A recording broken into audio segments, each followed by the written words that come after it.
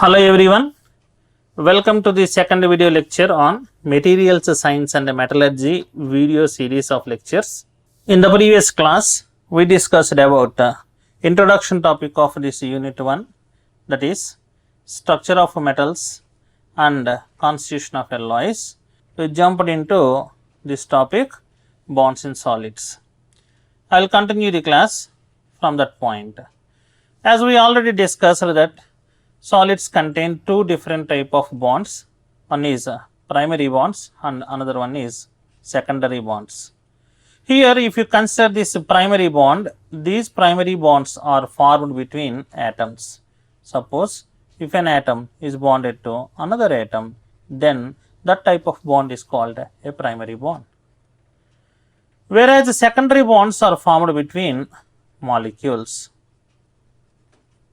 That means if a molecule is bonded to another molecule, then those type of bonds are called secondary bonds.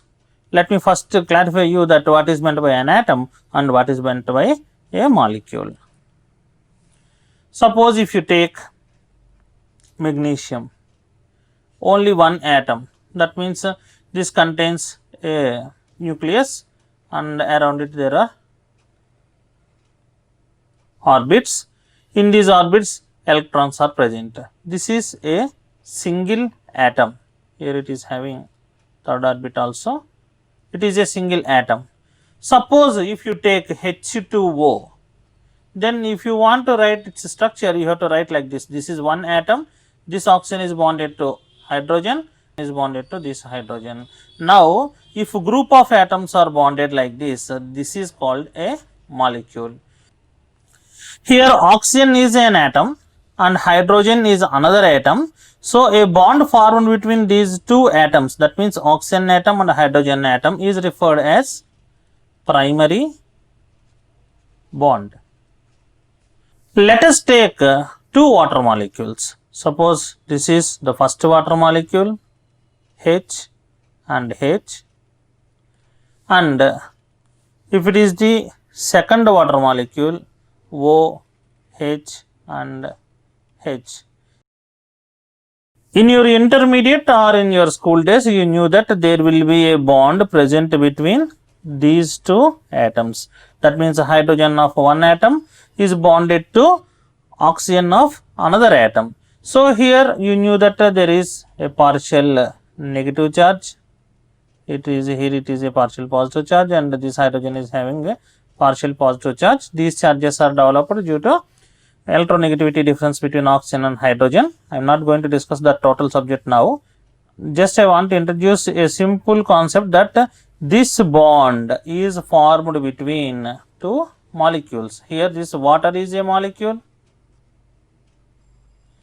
and this water is also a molecule because it contains a group of atoms.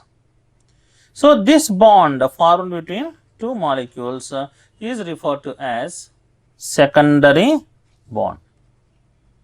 So, solids contain mainly two types of bonds. One is primary bond and another one is secondary bond.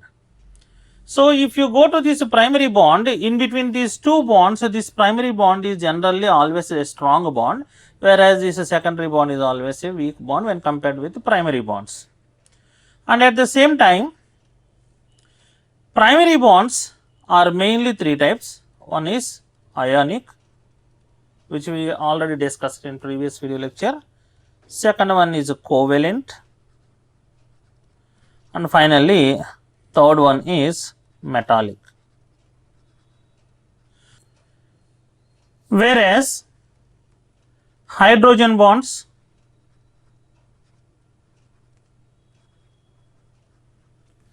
dipole bonds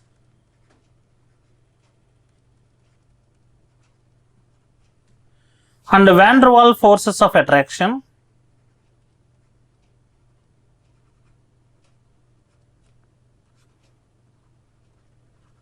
will come under these secondary bonds. So, finally, I wish to conclude one thing that primary bonds are very strong bonds when compared with these secondary bonds. All these type of bonds may or may not present in solids. That means if you take any solid, it may contain one or more of these bonds. Okay, let us come to our notes and let us read the notes first. So here if you come to acquire stability like octet configuration, many atoms participate in reactions and form bonds with neighboring atoms. Okay, for this purpose they can lose, in our example sodium lost one electron, so they can lose or they can share or they can gain valence electrons. As a result, bonds are formed. So what is the reason for the formation of bond? The reason is only to get stability. During this bond formation, atoms may lose or gain or share electrons. The bonded atoms are always influenced by both attractive and repulsive forces.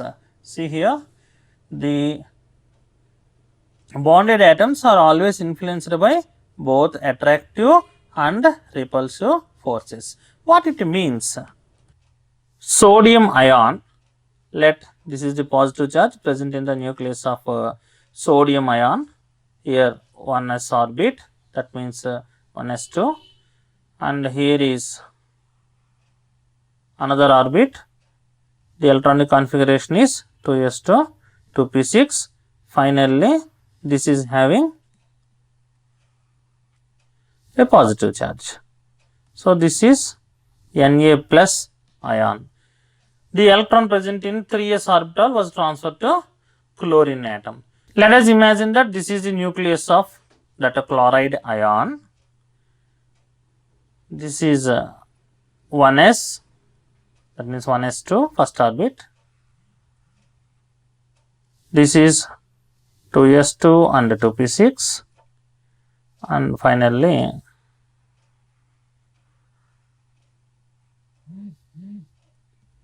this is 3s2, 3p6. It is having a negative charge. This is chloride ion. So if you give a close look, this sodium ion and this chloride ion both are having nucleus with positive charge. That means every nucleus is having positive charge. So this nucleus is having a positive charge because there are 11 protons present in it, whereas this is having 17 protons. So what happens here is, if this sodium ion gets closer to this chloride ion because of this negative charge, the positive charges of these two nuclei will repel each other. Then what happens? These nuclei will repel each other. As a result, though the sodium ion comes close to the chloride ion, those will be repelled by the positive charges present in the interior of their atoms. So as a result, this sodium ion and chloride ion will repel each other and will go far away. And at the same time, this Na plus ion and Cl minus ion will again come nearer to each other because of the attraction. So that in sodium chloride crystal, sodium and chloride both will come to a minimum distance where there are less number of repulsions. So because of this only, I told you in the previous class that the position of atoms in solids is not fixed and they are in vibration. Where the vibration comes? Because of this attraction and repulsive forces, atoms generally undergo vibrations. Though in macroscopic level they are seem to be in fixed positions, but in microscopic level, if you closely observe, all these ions will give a small vibration, and the extent of vibration also depends on the temperature of that atom in that position. Is that clear? So that's why we wrote in our notes like this: both attractive and repulsive forces. So depending on the degree of or extent of attraction or repulsion, we can decide the strength of any bond. So, let us come to the definition of primary bonds. Primary bonds are interatomic bonds we discussed. That means bonds formed between atoms. They are stable and relatively strong bonds when compared with the secondary bonds. These are ionic, covalent and metallic bonds. Okay, let us come to these secondary bonds. Secondary bonds are intermolecular bonds. Intermolecular bonds means bonds are formed between molecules, not between atoms. So, secondary bonds often called as molecular bonds.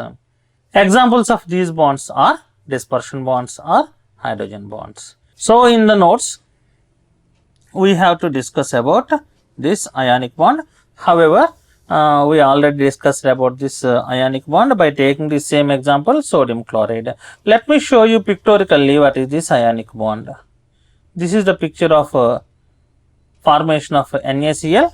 Here, if you see in this picture, the electron in that 3s orbital was transferred to this 3p5 orbital of chlorine atom. Finally, Na plus and Cl minus will attract each other.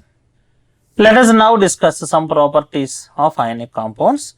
First of all, I want to discuss they have low thermal conductivity. Low thermal conductivity means because these ions are get attracted to each other, and the extent of vibrations is also low because there is a force to bind these ions. So, thermal conductivity will depend on the extent of vibrations of atoms present in a solid. The extent of vibrations is very less in ionic compounds because they have a peculiar crystalline structure, and at the same time those are attracted to each other. That means a positive ion is attracted by a negative ion and negative ion is attracted by positive ion, so that they are having low conductivity, low thermal conductivity. What it means low thermal conductivity? Why should I introduce this point? By seeing this point, you have to remember one thing. That means if you want to prepare any material and if you want it to use in very hot conditions, then that material, if it is bonded in ionic bond formation, then it is very suitable because it will give low thermal conductivity. And at the same time, ionic compounds generally are having high hardness and brittleness. Is that clear? However, these have moderate strength also. There are some compounds which are having less strength also. Is that clear? Let us move to the next topic. What is a covalent bond? I think you already come across this covalent bond in your school education only. However, as per the syllabus, I wish to explain what is this covalent bond. Though I took a simple example of a methane, let me start with a metal example. Suppose if I take silicon, what is the atomic number of silicon? The atomic number is 14. So, its electronic configuration is 1s2, 2s2, 2p6, 3s2, 3px1, 3py1 and 3pz0. This is the electronic configuration of silicon. Count the electrons: 2 plus 2 4, 4 plus 6 10, 10 plus 2 12, 12 plus 1 13, 13 plus 1 14. So, 14 was satisfied. So, this is the ground state electronic configuration of this silicon atom, ground state electronic configuration. Suppose if you go to excited state, then it is having an electronic configuration: silicon 14, 1s2, 2s2, 2p6, 3s1, 3px1, 3py1 and 3pz1. This is the excited state electronic configuration of this silicon atom. This silicon atom also wants to participate in bond formation because it is having 3s1 and 3p3 configuration here. What it always needs, it wants to fill this 3s with 1 electron, that means plus 1 electron, and this is also plus 1 electron. This here also it wants to fill it with another electron, here also it wants to fill it with another electron. So, then what will happen? 3s2, 3px2, 3py2, 3pz2. Finally, it will gain 3s2, 3p6 configuration. So, here all atoms are silicon atoms. So, here there is no atom which will donate and there is no atom which will gain. That means all silicon atoms are in need of electrons. There is no atom which is ready to donate or give away its electrons, and there is no other atom which will gain those electrons. So, all are silicon atoms. Then what will happen if you see this silicon atom? It will put its 3s1 electron here. So, this is the 3s1 electron. The 3s1 electron is present here, and again this is 3px1 electron, this is a 3py1 electron, this is 3pz1 electron. Let us take another silicon atom. Suppose if I take another silicon atom, this silicon atom is also having 3s1 electron, 3px1 electron, 3py1 electron and 3pz1 electron. Then what will happen? These two silicon atoms share these electrons like this. This silicon atom shares these electrons like this. What happened? Here these two electrons were shared between these two silicon atoms. Though they shared like this, their octet configuration was not satisfied. So, what will it do? It will take other silicon atom. This is another silicon atom, and it is also having electrons like this 3s1, 3px1, 3py1 and 3pz1. Again these two will bond each other. So, please see the central silicon atom. What happened here? It was bonded with two other silicon atoms. Similarly, there might be another bond here and there might be another bond here with the other silicon atoms. So, what happens? Finally, you will get a network. That means, one silicon atom is bonded to other silicon atom and other silicon atom and other silicon atom and other silicon atom. Finally, if you see the central silicon atom, it is having 2 electrons here. That means its 3s, one was filled with other electron of this silicon atom. So, 3s2, 3px2, 3py2, 3pz2. Simply we can say that 8 electrons are around this central silicon atom. So, its octet configuration was satisfied. So, here what happened? They shared the electrons. There is no transfer of electron. Suppose if you come to this silicon atom, it will be bonded to other silicon atoms like this. This silicon will also bonded to other silicon atoms. This one is also like that. This one is also like that. So, you will get a giant network. As a result, all atoms come together. Here there are no ions and there are no attractive forces. There is only one reason, that means they must be bonded to other silicon atoms in order to gain the octet configuration. This type of bond formation is called as covalent bond. However, in the notes I took a simple example of a methane molecule. I will explain that one also here. Suppose if you take carbon atom, its atomic number is 6. So, its electronic configuration is 1s2, 2s2, 2px1, 2py1 and 2pz0. This is the ground state electronic configuration of this carbon atom, and if you go to the excited state, then you will gain 1s2, 2s1, 2px1, 2py1, 2pz1. So, this is the excited state electronic configuration of this carbon atom. Suppose if you go to the hydrogen atom, its electronic configuration is 1s1.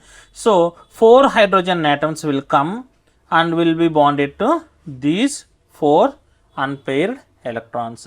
As a result, CH4 molecule is formed. Let us see in the notes. So this similar concept was explained here. This is carbon atom. It is the nucleus of this carbon atom. Here 1s2. This electron belongs to carbon atom. This electron also belongs to carbon atom. This electron belongs to carbon atom. This electron belongs to carbon atom. Whereas this electron belongs to hydrogen atom. This electron belongs to hydrogen atom. And again this electron belongs to hydrogen atom. This electron belongs to hydrogen atom. Suppose if you see this carbon atom, it contains 2 plus 2 4 plus 2 6 plus 2 8. So 8 electrons in its outer shell.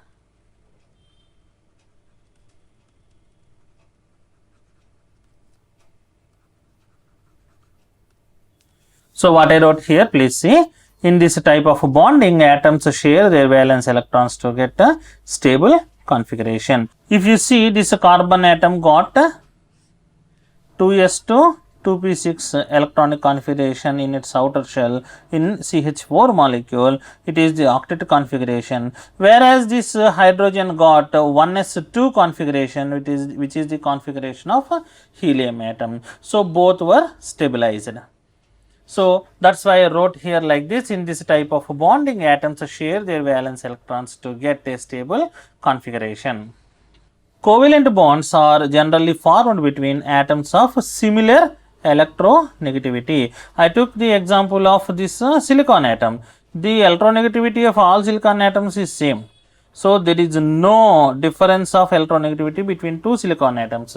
Whereas if you take the example of NaCl, the electronegativity of Na and the electronegativity of Cl much differ each other, because these two are different atoms. Here these two are same type of atoms. So if there is no much difference in electronegativity, then they will form covalent bond. So let me explain you what is meant by this electronegativity. However, you knew what is meant by electronegativity. It is customary for every lecturer to explain and recapitulate the subject which you already knew. Suppose what is meant by electronegativity. Let me take an example of H-Cl. This is the molecule.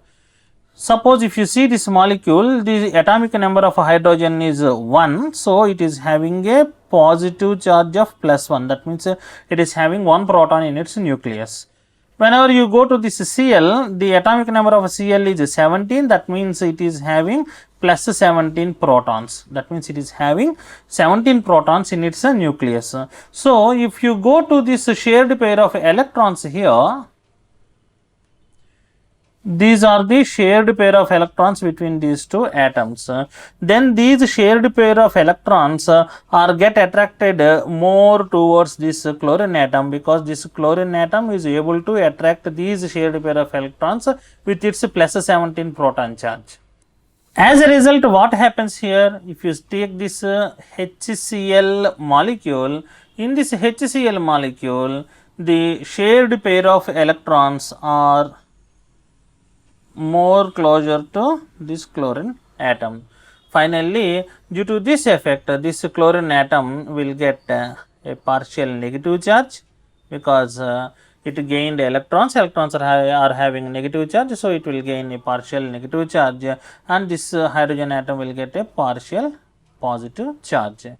This force of attraction, that means the tendency of an atom to attract these shared pair of electrons towards itself is called electronegativity. So let me tell you again what is meant by electronegativity. Electronegativity is the tendency of an atom to attract a shared pair of electrons towards its side.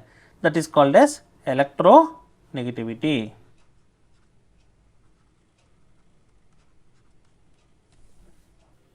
Hence, in our notes, what we wrote, covalent bonds are generally formed between atoms of similar electronegativity. So, between two silicon atoms, you will gain a covalent bond. Here, covalent bonds are also strong bonds, and moreover, they are directional. What I mean here, directional? Suppose if you take ionic bonds are formed between different ions. Suppose if you take Na plus and Cl minus. So what's there?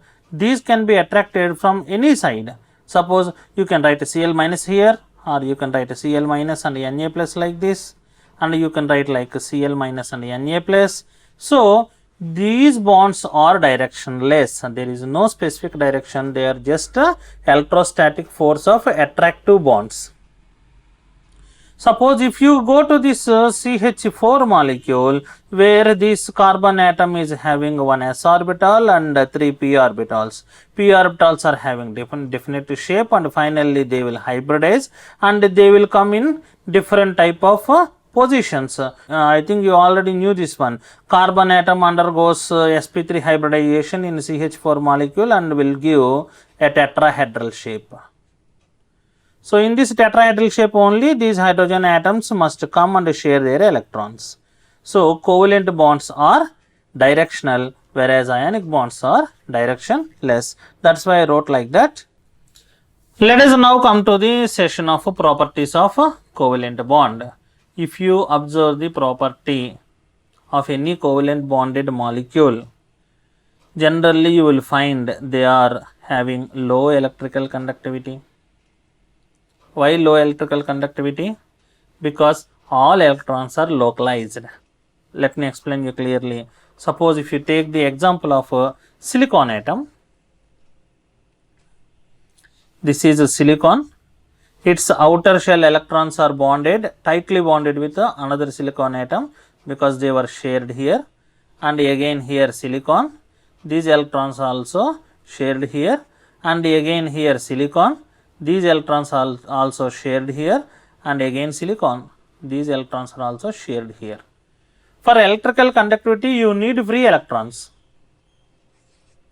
Where are free electrons? All outermost shell electrons were tightly bonded or localized. Localized means these two electrons are shared between two atoms only, not with all other atoms. That is called localization. Localization means if a pair of electrons are shared between two specific atoms, then it is called a localized bond. So these are localized bonds, these are localized bonds, and these were all tightly packed and they were in stable outer electronic configuration. That means in octet configuration. Suppose if I give an electron and wants to supply the electricity by flow of these electrons, whenever this electron comes to this silicon atom, and these electrons must move out to pass the electricity. But these were already in stable position, so this silicon metal will refuse these electrons to pass through it. As a result, if you take pure silicon, it is not a good conductor. That means it is a bad conductor of electricity. That's why we call this silicon as semiconductor. Semiconductor means it will conduct electricity in very low quantities. What I mean to say here is the electrical conductivity of silicon is very low. Of course, according to theory, there will not be any conduction, but any crystal generally contains some defects. Because of those defects only, this silicon atom is able to conduct electricity in minimum quantities. That's why it is a bad conductor, or you can simply call it as a semiconductor. You can ask me a question, sir, you told that it won't conduct electricity according to theory, but again you are saying that it will conduct in minimum quantities. What it means?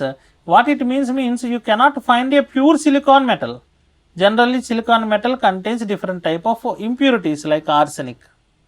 So those impurities will decrease the strength of these bonds and they are responsible for the conduction of electricity, or at some times these type of bonds will give some defects like Frankel defect and Shorty defects. Meanwhile, we will come to that one also. Due to some crystal defects also, these bonds will lose their strength. As a result, it will find some free electrons. It will cause the conduction of electricity.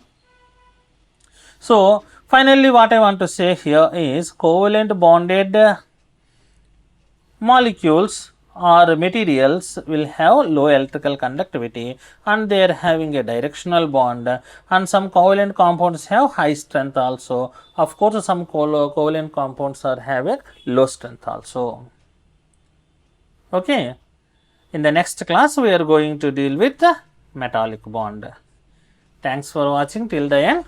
Please read these notes and write down the notes when you see the screen. Is that clear? Okay, thank you.